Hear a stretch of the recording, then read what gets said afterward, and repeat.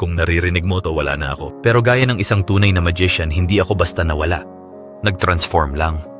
Hindi ako nabuhay para lang makilala. Nabuhay ako para makapagpabago. Para gisingin ang damdamin. Para paalalahanan tayong lahat. Huwag magsayang. Huwag magsayang ng pagkain. Huwag sayangin ang boses.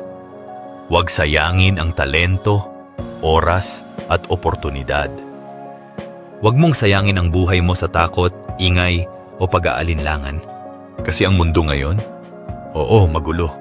May gutom kahit may sobrang pagkain. May hindi nagsasalita sa maingay na mundo. May injustice kahit ang daming edukado. At minsan, mas pinapansin pa ang trending kaysa sa totoo. Pero kahit ganun, pinili kong lumaban. Ginamit ko ang magic hindi para magtago, kundi para magpaliwanag. Ginamit ko ang boses ko para hindi lang marinig, kundi para maramdaman. Nag-rescue ako ng pagkain, pero hindi lang yun ang ni-rescue ko. Ni-rescue ko ang dignidad ng tao. Ni-rescue ko ang pag-asa. Ni-rescue ko ang mga kwento na hindi nabibigyan ng boses.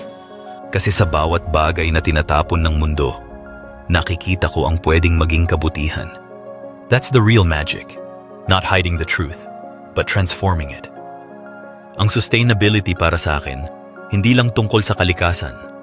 Tungkol ito sa pagpapahalaga. Sa bawat bagay. Sa bawat tao. Walang tapon. Walang sayang. Walang kulang. At ang boses mo? Yan ang pinakamakapangyarihang tool mo. Gamitin mo. Magsalita ka. Magkwento ka. Tumindig ka. Hindi mo kailangan ng stage para mag-perform. Hindi mo kailangan ng spotlight para maging mahalaga. Ang kailangan mo lang ay paninindigan at puso. So kapag naalala mo ako, sana hindi dahil magician lang ako.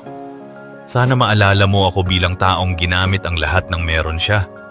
Para magbigay, para magbukas ng isipan, at para magtanim ng pag-asa. At kung may natutunan ka sa akin, huwag mo lang i-post. Ipakita mo, gawin mo, galingan mo pa. Huwag mong sayangin ang boses mo. Huwag mong sayangin ang talento mo. Huwag mong sayangin ang buhay mo sa pagiging tahimik o takot. Kasi ito na yon, ito na ang sign mo. Ang totoong illusion ay iniisip nating may forever. Pero ang totoo, may ngayon tayo. Nandito na tayo ngayon. Kaya sige, mag-rescue ka, magkwento ka, magtanghal ka, magbago ka. Be the magic you want to see in this world.